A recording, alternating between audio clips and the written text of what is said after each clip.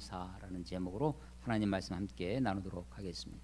민수기로 다시 돌아왔습니다. 지난 1월 1일부터 18일까지 읽다가 아까 말씀드린 대로 마태복음 우리 부활절을 기리기 위해서 복음서를 읽고 다시 민수기 우리 11장부터 같이 읽게 되었습니다. 민수기는 창세기, 출애굽기, 레위기, 민수기, 신명기, 모세오경 중에 네 번째 책입니다. 민수, 백성 민자에 헤아릴 숫자를 써서 백성들의 숫자를 헤아린 책이라는 뜻인데 아리스모이라고 하는 아리스메틱 셈법 이런 거죠. 거기다가 영어 성경 이름은 넘버입니다. 수라는 거예요. 수. 예. 인구 조사. 우리 시대도 우리 지금 제가 어렸을 때만 해도 둘만 낳아 잘 기르자 그러다가 뭐 하나라도 잘 기르자, 뭐 두 집 건너 한 명 낳자, 뭐 이렇게 웃어가면서 또 얘기한 인구 정책이 아주 지금은 오히려 저출산, 뭐 고령화로 인구 문제가 참 큰 문제로 되고 있습니다. 아마 모든 문제 중에 가장 중요한 문제가 이 인구 문제가 아닐까 생각되어집니다. 민수기는 한마디로 하면 광야 시대의 방황의 이야기입니다. 그래서 우리 책은 민수라는 이름, 민수기 이렇게 되어 있는데 원래 히브리어 성경은 베미드바르, 미드바르가 광야에서라는 뜻이에요. 광야에서 아마 방황하는 스토리가 이 민수기가 되겠습니다. 이스라엘 백성들이 애굽에서부터 나왔습니다. 출애굽에 나와서 애굽에서 나와서 홍해를 건너 시나이 반도, 시내산 있는 데까지 왔어요. 그래서 거기서 십계명을 비롯한 율법을 받습니다. 율법은 우리들에게 요구를 해요. 행위를 요구합니다. 뭐뭐 하라 혹은 뭐뭐 하지 말아라 라고 하는 율법은 행위를. 그런데 행위로는 우리가 의롭다함을 받을 자가 아무도 없습니다. 왜냐하면 하라는 것은 다 하지 못하고 하지 말라고 하는 것은 또 하고 해서 율법 아래에 있으면 우리가 다 뭐로 드러나냐면 죄인으로 드러납니다. 그래서 율법은 우리들의 죄를 깨닫게 해줍니다. 그래서 율법만 주셨다면 우리는 다 그 죄 아래 죽을 수밖에 없는 존재가 되었을 텐데 그 신의 산에서 하나님이 또 주신 것이 있습니다. 그것이 성막이라는 것입니다. 성막. 그 성막에서 하나님은 이스라엘 백성들, 하나님의 백성들을 만나시겠다고. 그래서 만난다는 뜻에서 성막을 다른 말로 모일 회자를 써 회막이라고도 합니다. 거룩한 막이라 해서 성막이라고도 하는 성막, 회막, 장막. 그 성막 안에 성소, 성소 안에 지성소, 지성소 안에 법궤, 법궤 위에 있는 시은소, 그 법궤의 덮개 부분에서 하나님 특별히 이스라엘 백성을 만나시겠다고 하셨던. 그래서 거기서 그 성막을 중심으로 이루어지는 가장 중요한 일이 제사입니다. 제사. 그 제사를 통해서 하나님께 우리가 어떻게 나아가느냐, 제사로 나아가는 거죠. 오늘날 하면 예배로 바꿀 수 있을 것입니다. 그런데 우리가 제사를 드릴 때 어떻게 드리냐면 양을 잡고 소를 잡고 뭐 비둘기를 잡고 태우고 하는 겁니다. 왜냐하면 거룩하신 하나님 앞에 죄인인 우리가 나아가면 죽을 수밖에 없다는 거죠. 근데 내가 죽으면 그것으로 끝나니까 하나님이 양을 대신 죽여서 마치 내가 죽은 것처럼 하나님이 간주해 주십니다. 그렇게 여겨 주세요. 대속이죠. 대신 내 죄를 속하는 것입니다. 예수 그리스도께서 우리의 죄를 십자가에서 대속해 주신 그것을 우리들에게 보여주시는 것입니다. 그래서 출애굽기는 애굽에서 나온 이야기와 시내산에 도착해서 율법과 성막을 받는 이야기, 레위기는 그 성막에서 드려지는 제사에 관한 이야기, 그런 이야기들을 다 하는 동안에 1년의 세월이, 출애굽한 지 1년의 세월이 지나갑니다. 그래서 출애굽기 마지막 장 40장 17절에 보면 애굽에서 나온 지 둘째 해 첫째 달 첫째 날, 그러니까 1년이 지난 새롭게 시작되는 그날에 성막을 완성해요. 성막을 세우니라. 자, 둘째 해 첫째 달 첫째 날, 둘째 해 1월 1일 날 성막을 만들었어요. 그리고 나서 거기서 여러 가지 제사를 드리고 유월절 행사도 지내다가 한 달이 지나갑니다. 둘째 해 둘째 달 첫째 날, 한 달이 지난 그 둘째 해 둘째 달 첫째 날이 바로 민수기의 시작이에요. 그 민수기 1장 1절에 보면 둘째 해 둘째 달 첫째 날이 나옵니다. 그 2월 1일이죠. 2월 1일부터 20일간의 일을 지난 1월 달에 1장서부터 10장까지 읽은 거예요. 20일 동안 뭘 했느냐? 인구조사합니다. 제일 중요한.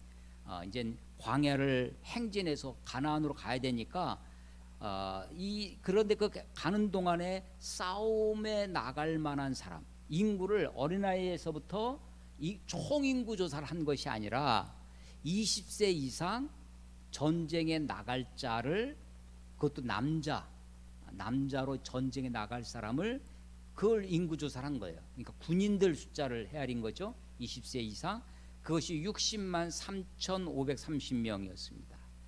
그 인구조사를 한 다음에 각 지파별로, 가족별로, 가문별로 조사를 했죠. 그리고 그들이 광야에 나갈 행진의 여정들, 어떻게 순서로 행진해 갈 것인가.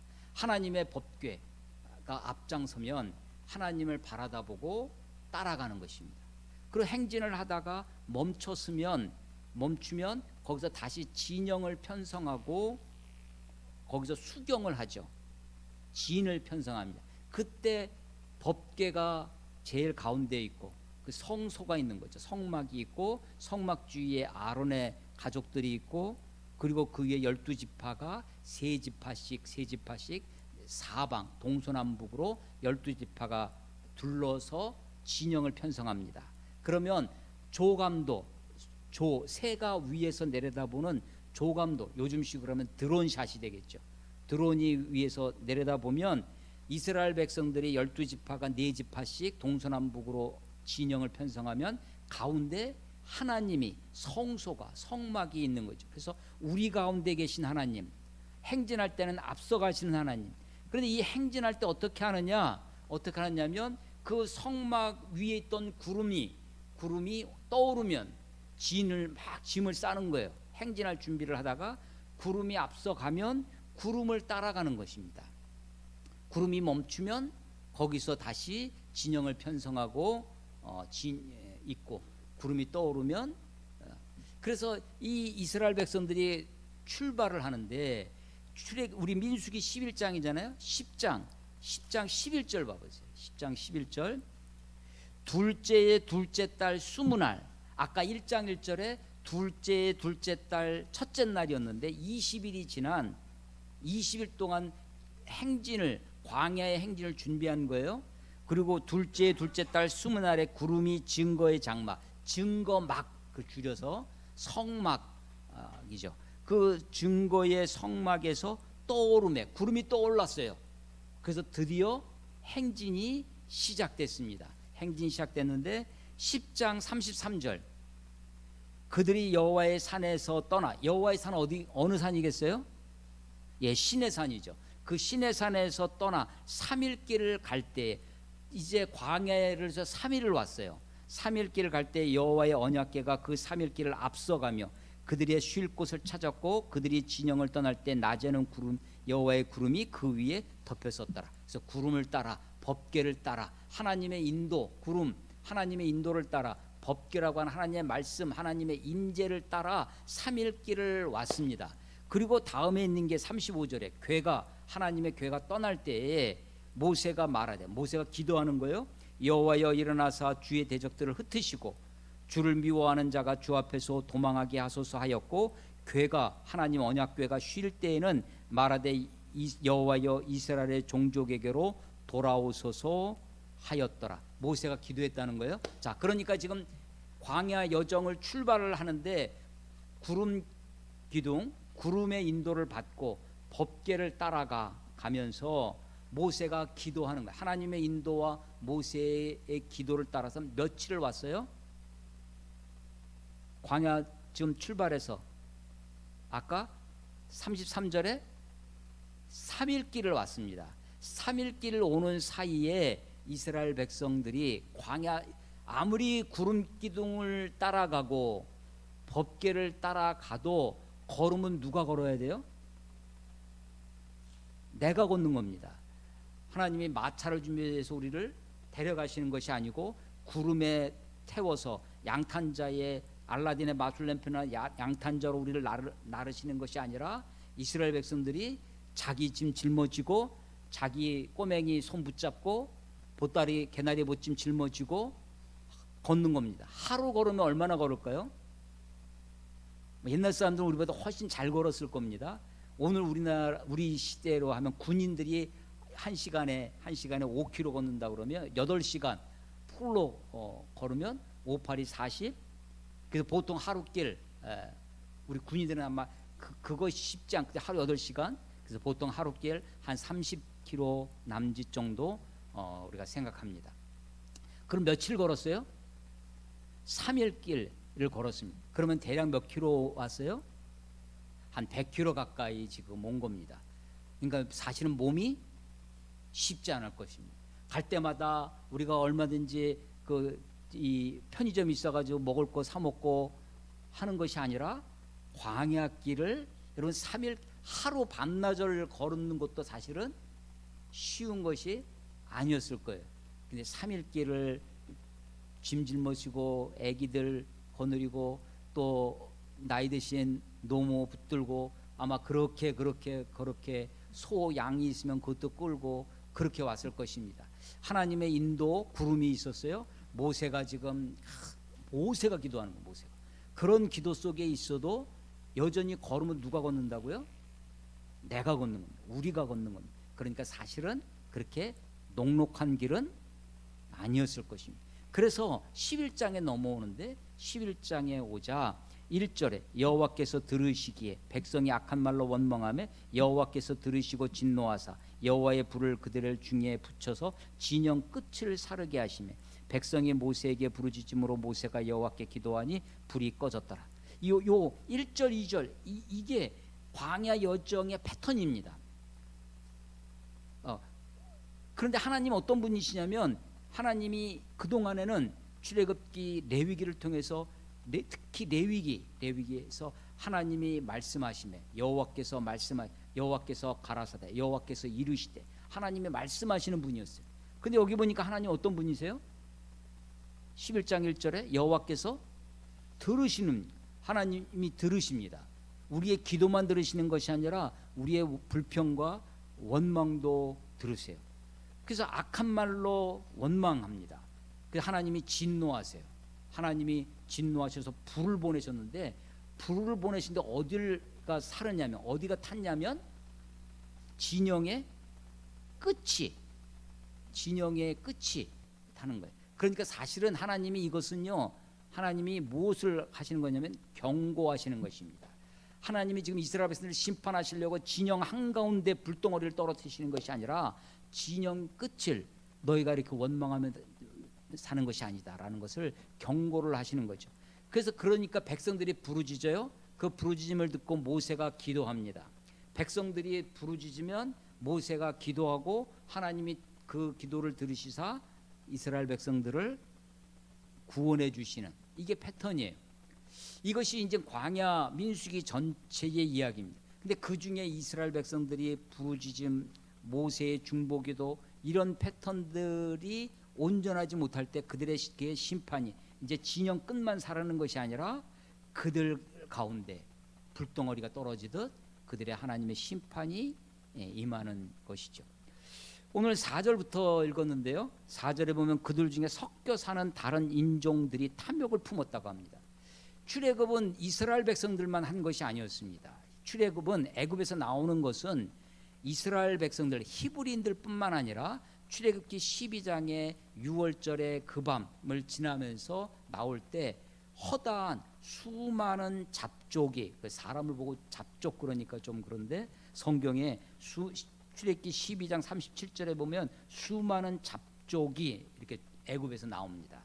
그러니까 애굽이라고 하는 그야말로 초고대 여러분 피라밋이라든지 스핑크스라든지 그런 것들을 상상해 보시면 이 이집트의 애굽의 이 권세 권력 아주 초메가 지금 미국이 지금 전 세계에 주도하는 그런 거와 비교가 되지 않을 정도의 강력한 국가 권력을 가지고 있었을 것입니다.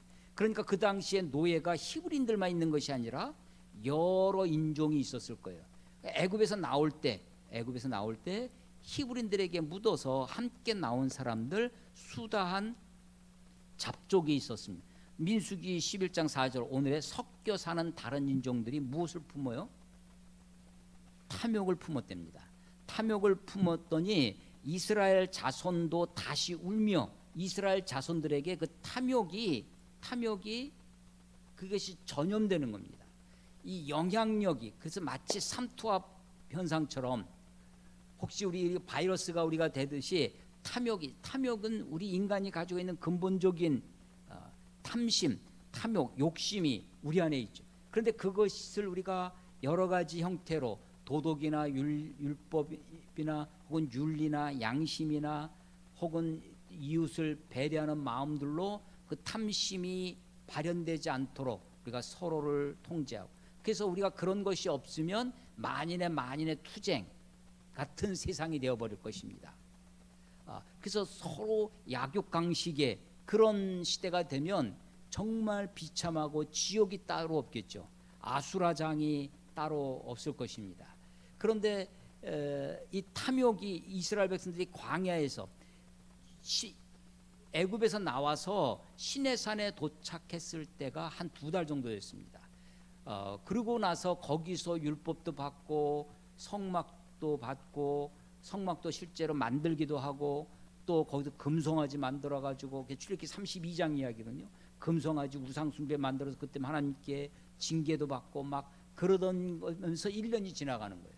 그래서 다시 2년째 되는 해 2년 둘째 달 20일에 출발을 하는 것이었는데 이제 출발하다 보니까 그동안은 무엇을 먹고 살았냐면 만나를 먹고 살았습니다.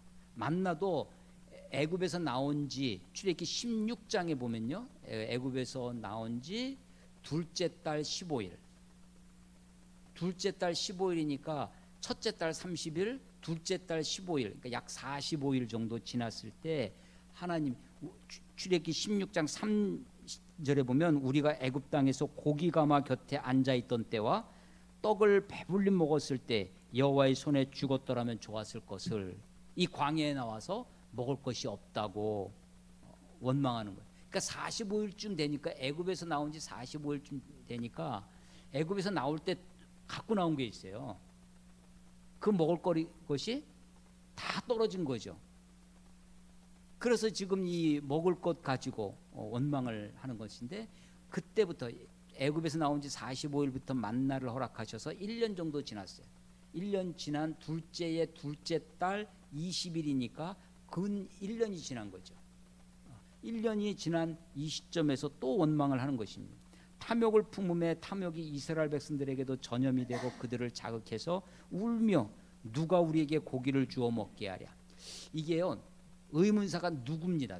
누가 우리를 죽게 하랴. 우리에게 고기를 주어 먹게 하랴는 어디서 고기를 먹을까라고 한다면 야 어디서 우리가 고기를 좀 얻을까 할 땐 그걸 내가 좀 해보겠다는 의지가 들어있죠.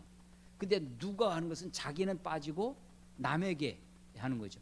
누가 우리에게 고기를 주어 먹게 하랴. 우리가 애굽에 있을 때에는 값없이 생선과 오이와 참외와 부추와 파와 마늘을 먹은 것이 생각나거늘. 예. 출애굽기 16장에서도 애굽에 있을 때 고기 가마 곁에를 추억합니다. 떡을 배불리 먹었다고 얘기를 해요. 이 사실이 왜곡되어 있습니다. 여기 보니까 값없이 생선과 오이와 뭐 참외와 부추와 파와 마늘을 먹었다고 하는데 맞는 말입니까? 틀린 말입니까? 예, 값없이죠. 노예가 뭐 돈 주고 먹겠어요? 그 사실은 사실이지만 사실이 왜곡되어 있어요. 어떻게 왜곡되어 있냐면 사실은 그들이 노동을 제공했습니다. 강제 노역을 제공했는데 그 노동에 대한 대가를 지불받지 못하는 거죠.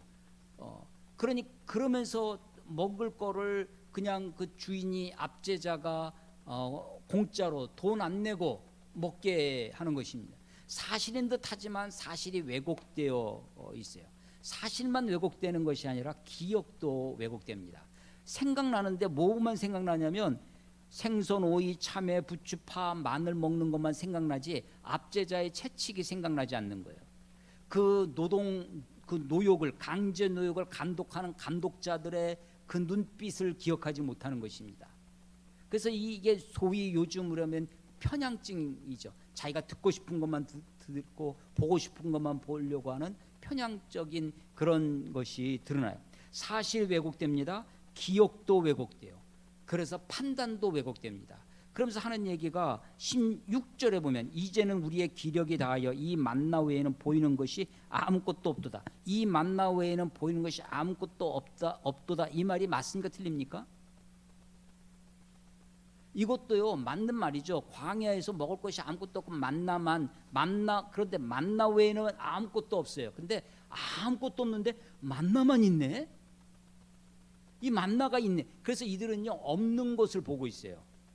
만나 외에는 아무것도 없다, 없는 것을 본다는 사람이고, 아무것도 없는데 만나가 있네.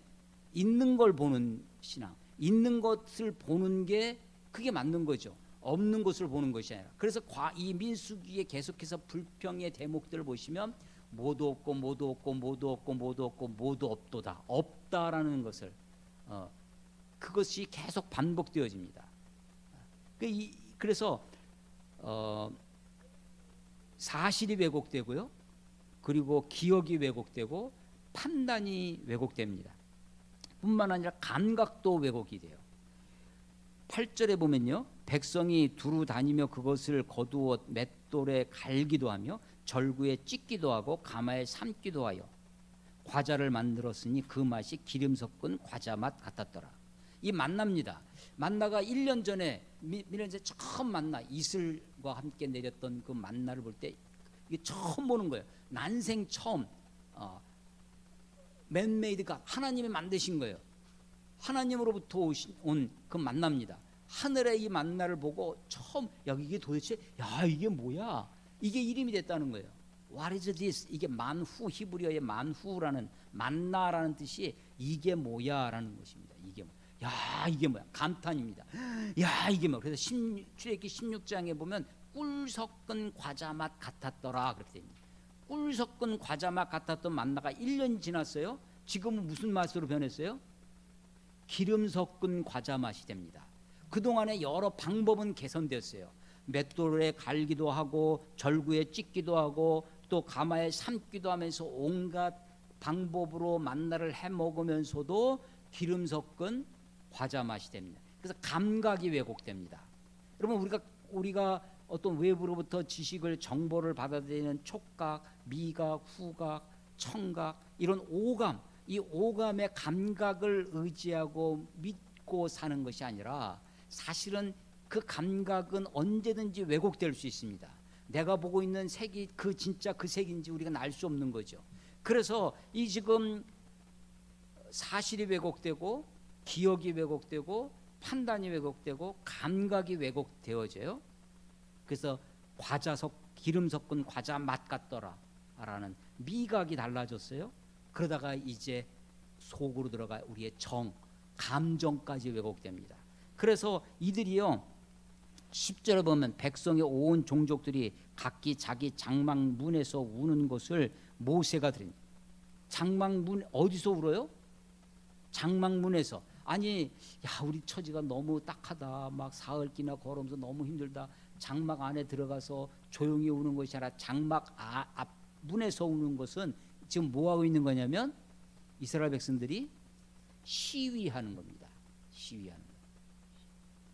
이 사람들이 계속 울어요. 4절에도 보면 이스라엘 자손도 다시 울며 10절에도 장막문에서 우는 것을 모세가 보고 그 우는 것이 13절에도 보면 이 모든 백성에게 줄 고기를 내가 어디서 얻으리까 그들이 나를 향하여 울며 이르되 우는.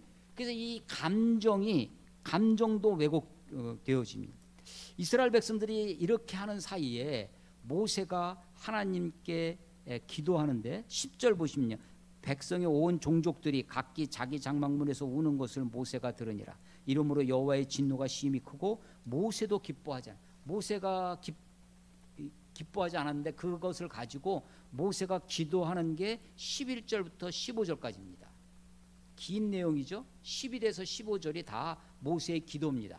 모세도 가만히 기도를 들어보면 모세도 불평합니다. 하나님 어찌하여 나에게 이런 일들을 시키시냐, 어떻게 이런 것을 나에게 맡기셨느냐, 내가 저들을 배기나 했습니까? 내가 저들을 낳았습니까? 내가 어디서 가서 이 백성들의 줄 고기를 어디서 얻겠습니까? 막 하나님께 불평을 늘어놔요. 토로합니다. 그리고 그래서 14절, 책임이 심히 중하여 나 혼자는 이 백성을 감당할 수 없나이다.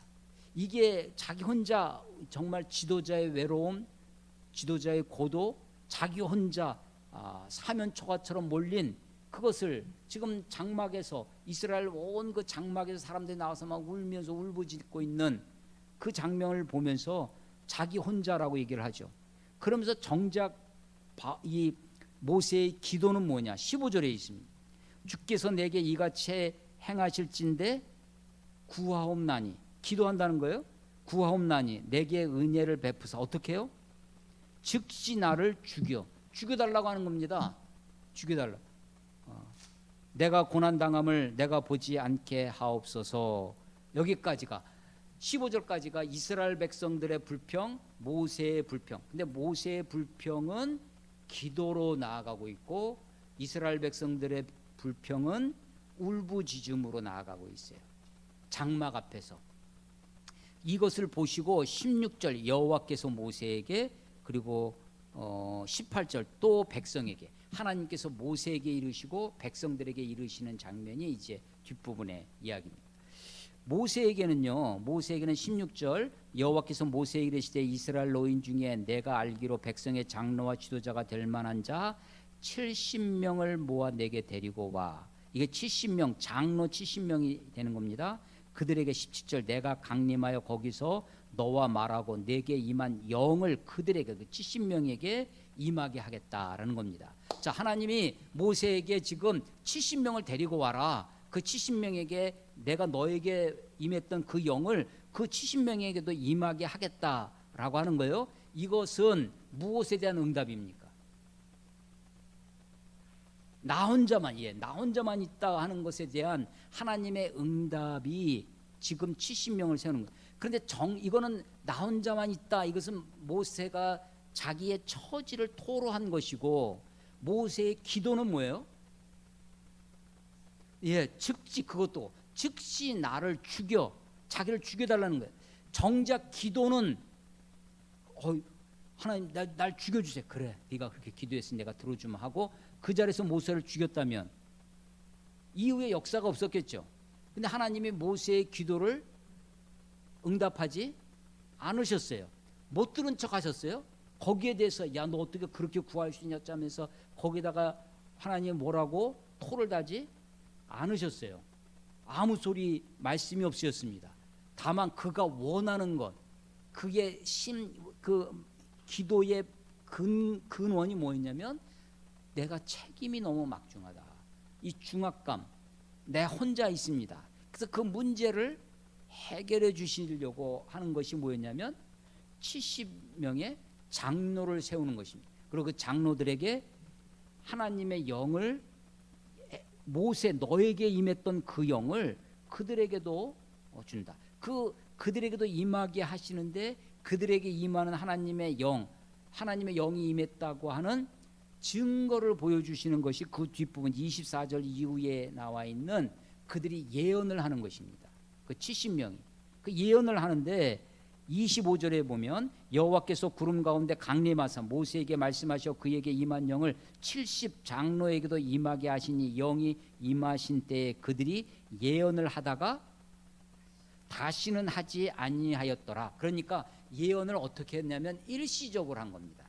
단회적으로, 한시적으로 한 거예요. 그러니까 이 예언은 은사로 주신 예언입니까? 아니면 표적으로 주신 예언입니까? 은사로 주셨다면 그 은사를 계속 활용할 수 있도록, 계속 써먹을 수 있도록 주셨을 터인데, 그렇지 않고 단회적으로, 일시적으로, 한시적으로 주신 것이기 때문에 이것은 하나님의 영이 우리들에게 임했구나, 하나님이 우리와 함께 하시는구나 라고 하는 표징을 보여주신, 하나님 우리와 함께 하신다는 그 믿음으로 살아라 라고 하는 거죠. 하나님의 영이 이들에게 임했으니까 이들과 함께, 모세 혼자 그렇게 있지 말고 이들과 함께 하나님의 일을 잘 감당해라 라고 하는 표적으로 주신 것이다. 그런데 그 사이에 70명을 불렀는데, 야 70명을 소집했어요? 70명이 다 오지 않았습니다. 2명이 빠졌어요. 2명이 26절 그 기명된, 그 호출된 기명된 자 중에 엘닷이라는 자와 메닷이라는 자 두 사람이 진영에 머물고, 그 사람들은 자기 진영에 있는 거예요. 자기 집에 있고 나머지 68명만 회막 성막 앞에 모여서 하나님의 영의 임재를, 예언함을 함께 했다는 거예요. 근데 두 사람은 오지 않았는데 하나님의 영이 그 진영에 있던 그 엘닷과 메닷이라고 한 두 사람에게도 임했습니다. 그래서 그들도 예언을 했어요. 그래서 그 진영에 있던 사람이 보고 깜짝 놀래가지고 쫓아왔어요. 와서 모세에게 아니 지금 이 사람들이 예언을 하고 있습니다 라고 했더니, 그 이야기를 듣고 여호수아가 모세에게 저 사람들 예언 함부로 하지 못하게, 그들을 못하게 하세요 라고 옆에서 조언을 합니다. 참모 조언을 하는 거죠. 가까이 있던 여핵관, 모핵관, 모세 가까이 있는 핵심 관계자 여호수아가 모세에게 그렇게 조언을 해요. 28절 택한 자 중 한 사람 곧 모세를 섬기는 눈의 아들 여호수아가 말하여 이르되 내 주 모세여 그들을 말리소서. 그 따로 우리들에게 오지 않고 따로 했던 그 엘닷과 메닷을 예언하지 못하도록 말려달라는 거예요. 못하게 해달라는. 그랬는데 29절 모세가 그에게, 여호수아에게 이르되 내가 나를 두고 시기하느냐? 여호와께서 그의 영을 그의 모든 백성에게 주사 다 선지자가 되게 하시기를 원하노라. 여러분, 하나님의 어떤 특별한 은사가 내게 임했는데 나만 독점적으로 그것을 하고 나에게만, 내가 막 특별한 사람이 되고 싶은 마음이 있었겠죠. 그런데 보니까 모세 네가 특별한 것이야. 하나님의 영이 임하면 누구든지 그럴 수 있다라는 것을 보여주신 건데, 지금 모세 그야말로 오른팔 같은 역할을 했던 여호수아가 모세를 위하는 척 시기하며 못하게 하라는 거예요. 그래야 자기들이 좀 특별한 사람이 될 수 있는 거죠. 여러분, 이 시기에 아주 독보적인 사람이 있습니다. 시기심에 독보적인 사람, 사울 왕입니다. 사울 왕. 다윗이 골리앗을 무찔렀을 때 그것을 골리앗에게 임한 하나님의 능력, 하나님의 특별한 그것을 시기하죠. 그 시기로 말미암아 자기를 공격합니다. 시기로 그 다윗을 공격하다가 결국 자기를 망하게 하는 거죠. 그런데 이 모세는 29절에 보시면 내가 나를 두고 시기하느냐? 여호와께서, 누가? 여호와께서 그의 영을 그의 모든 백성에게 주사 다 선지자가 되게 하시기를 원하노라. 주어가 뭐예요? 여호와께서, 동사가, 수로가 원한다. 하나님이, 여호와께서 원하신다는 겁니다. 하나님이 원하신다는 거예요. 하나님이 원하시는 것을 나도 원하는 것, 이게 하나님의 종의 태도입니다. 하나님이 원하시는 것을 나도 원한다. 하원 나원. 하나님이 원하시는 것을 나도 원하는 거예요. 여러분, 겟세마네 동산의 기도가 뭐예요? 나의 원대로 마옵시고 아버지의 원대로 하옵소서. 겟세마네 동산의 기도의 핵심이 나의 원대로 마옵시고 아버지의 원대로 하는 거예요. 지금 모세가 지금 그걸 하는 거죠. 내 마음은, 내 속에 있는 인간적인 욕심은 나만 독점하고 싶어요.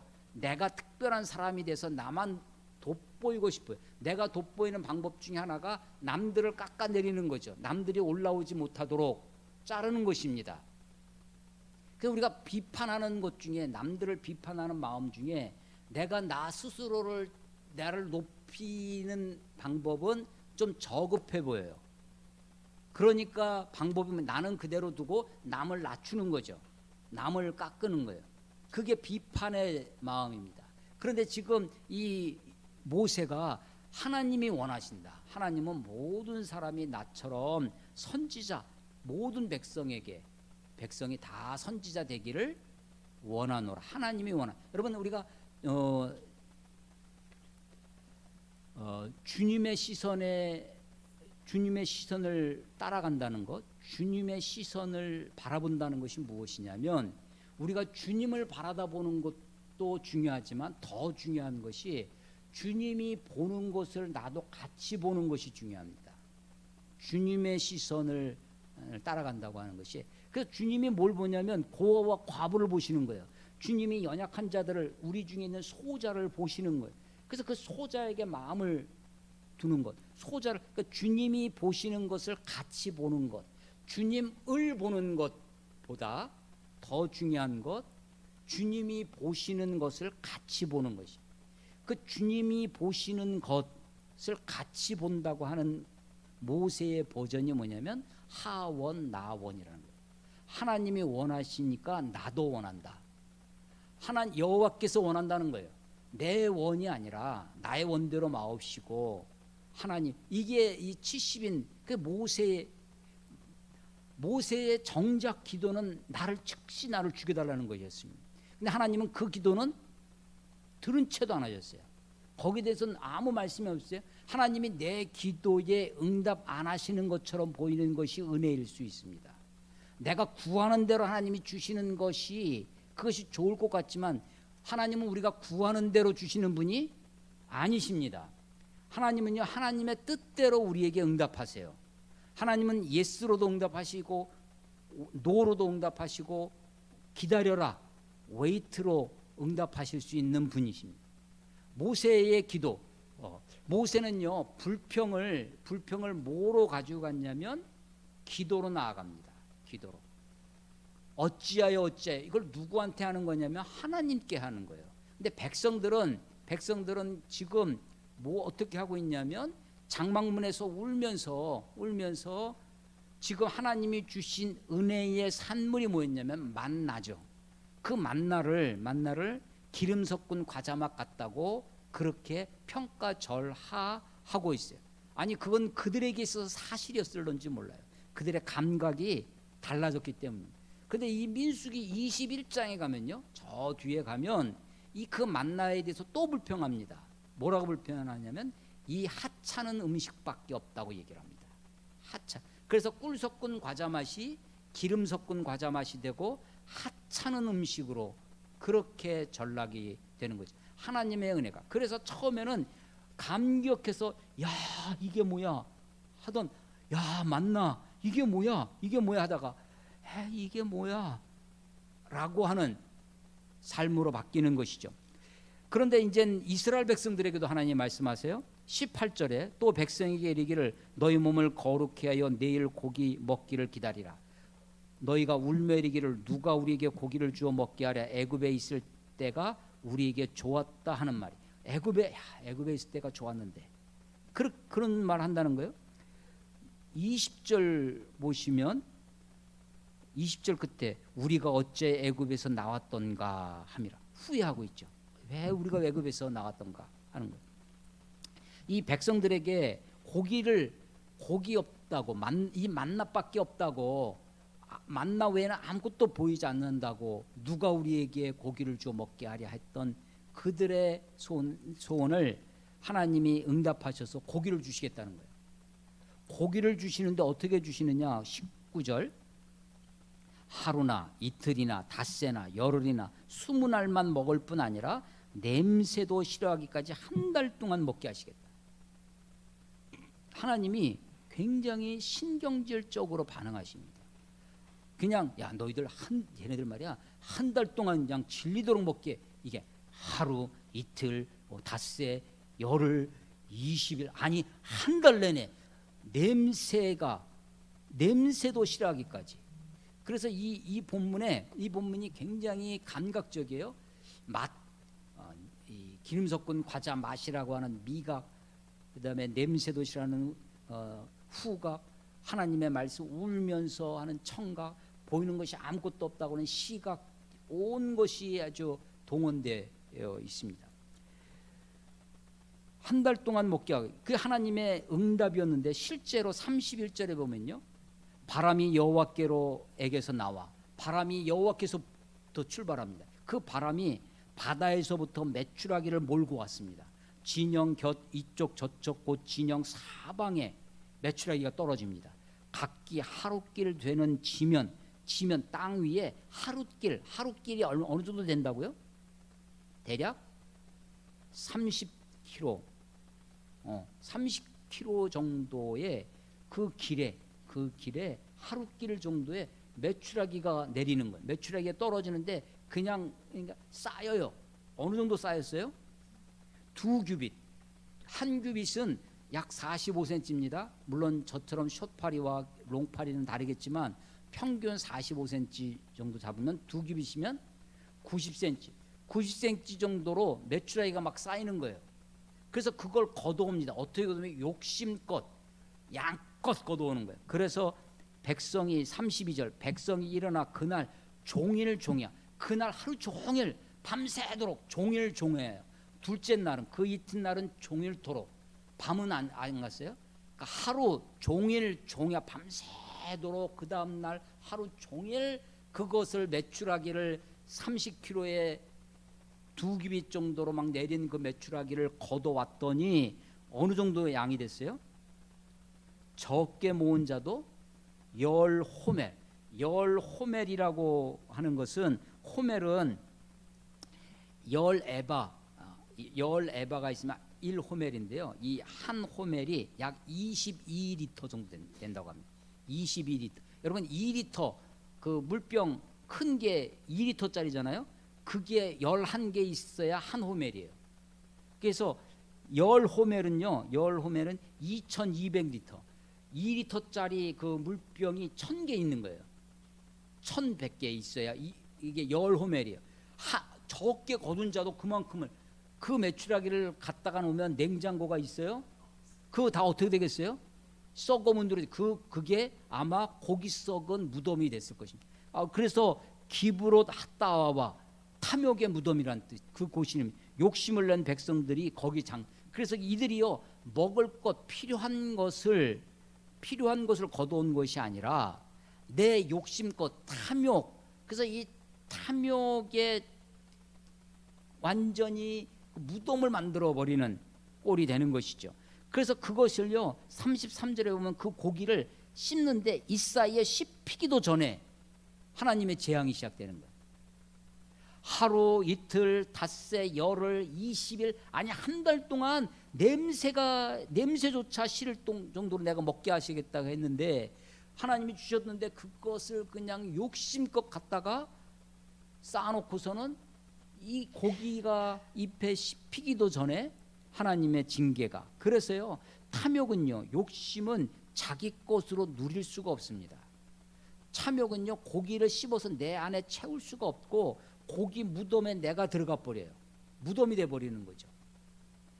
그래서 이 11장에서 모세는요 모세의 기도 나를 즉시 죽여. 기도는 응답되지 않았습니다. 불평이. 그런데 모세는요 마음에 불평이 있어요. 어찌하여 내가 저들을 낳기라도 했습니까? 내가 배불러서 저들을 낳았습니까? 왜 저들을 나에게 맡기셔서 나는 혼자뿐. 내가 책임이 너무 막중합니다.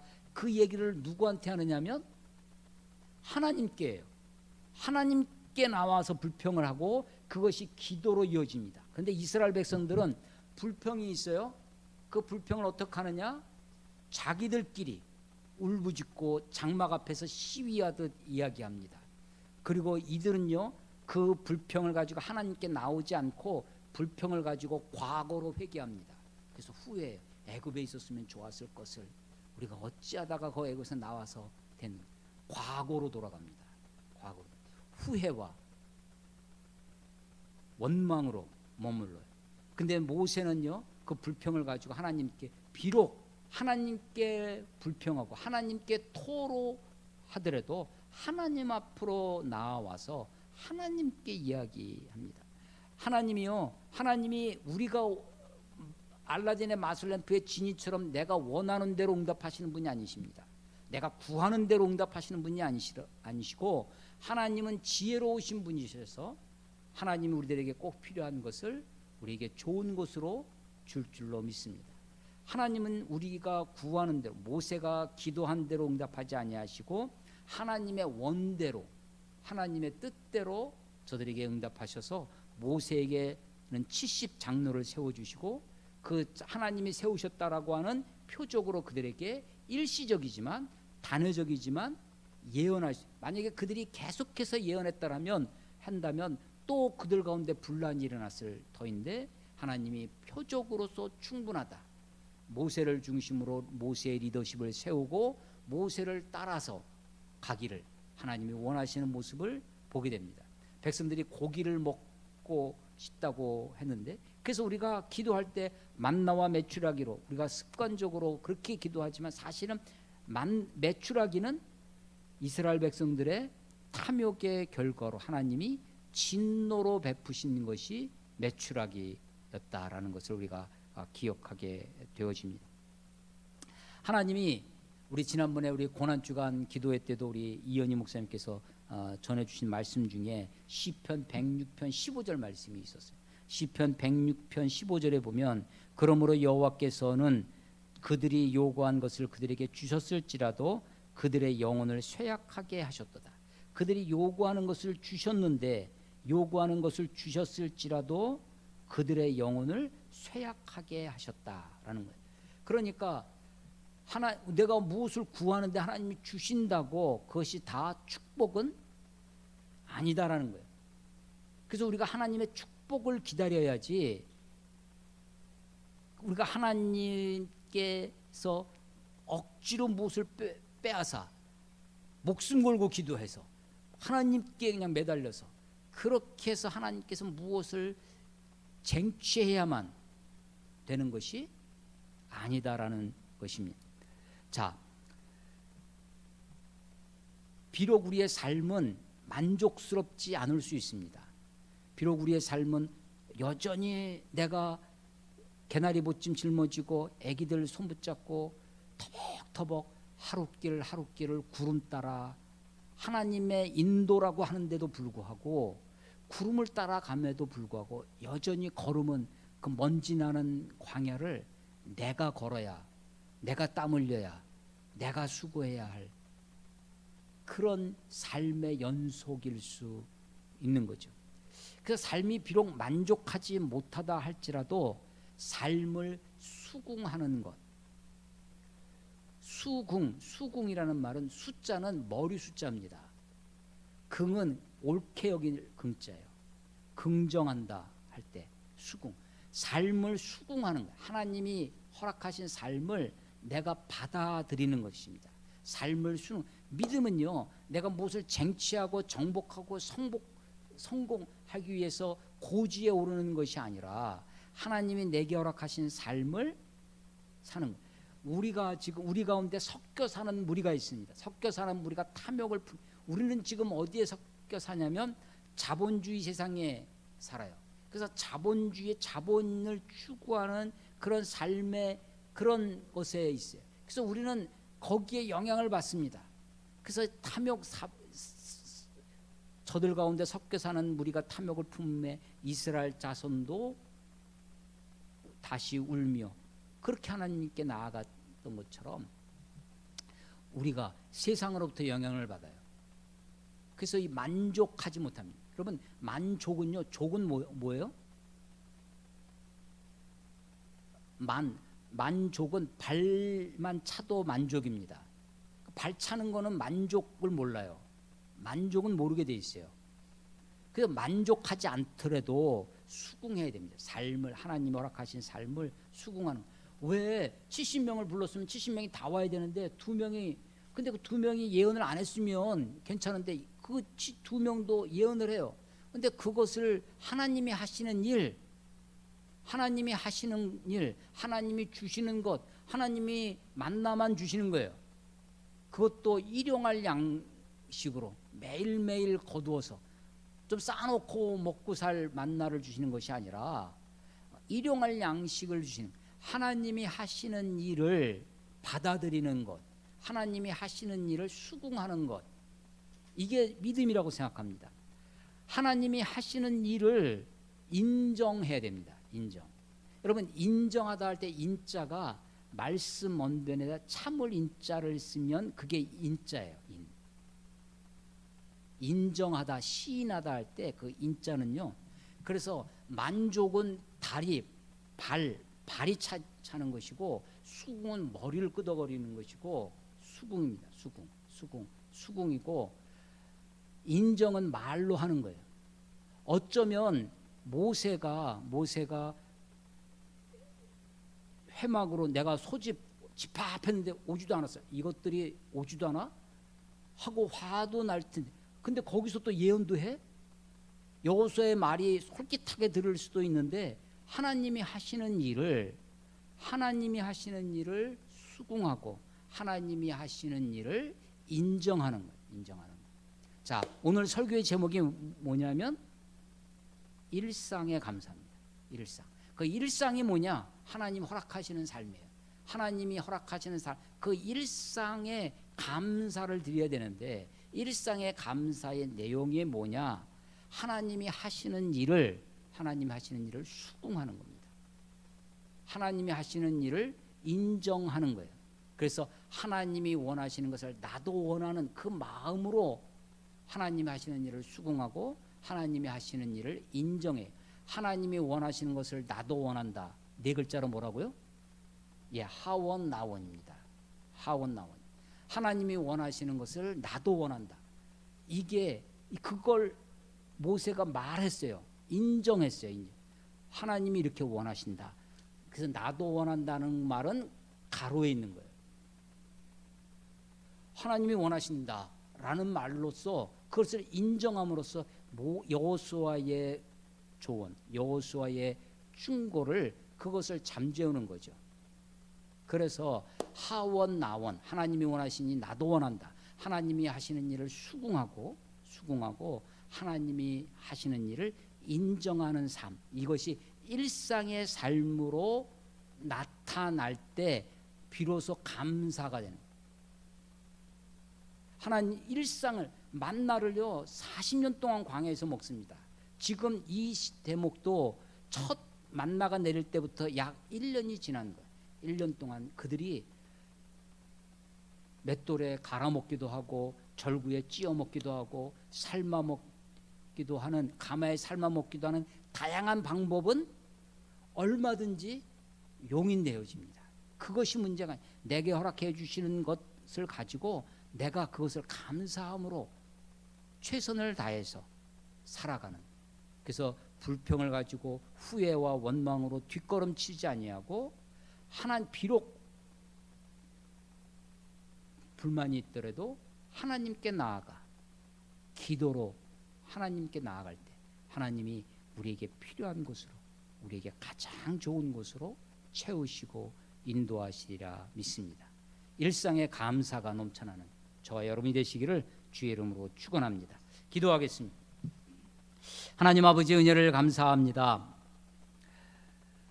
다시 민수기의 말씀을, 하나님이 이스라엘 백성들을 어떻게 이끌어 가시는지, 저들이 광야에서 어떻게 하나님을 원망하며 심지어 하나님을 멸시하면서까지라도 하나님이 저들을 아주 멸하지 아니하시고 저들을 이끌고 가시며 저들에게 은혜를 베푸시는 그 역사를 우리가 다시 더듬어 읽습니다. 하나님, 이 말씀이 멀리 구약의 수천 년 전 남의 땅에서 이루어진 이야기로 듣지 아니하고 오늘 우리의 삶을 이끄시는 하나님, 우리의 삶 속에 주의 인도와 주의 사랑과 주의 은혜를 베푸시기를 원하는 그 하나님의 손길 속에 우리를 두시기를 원하시는 하나님을 만날 수 있는 하나님의 생명의 말씀이 되도록 하나님 축복해 주시옵소서. 주님을 의지합니다. 예수님의 이름으로 감사하며 기도드렸사옵나이다.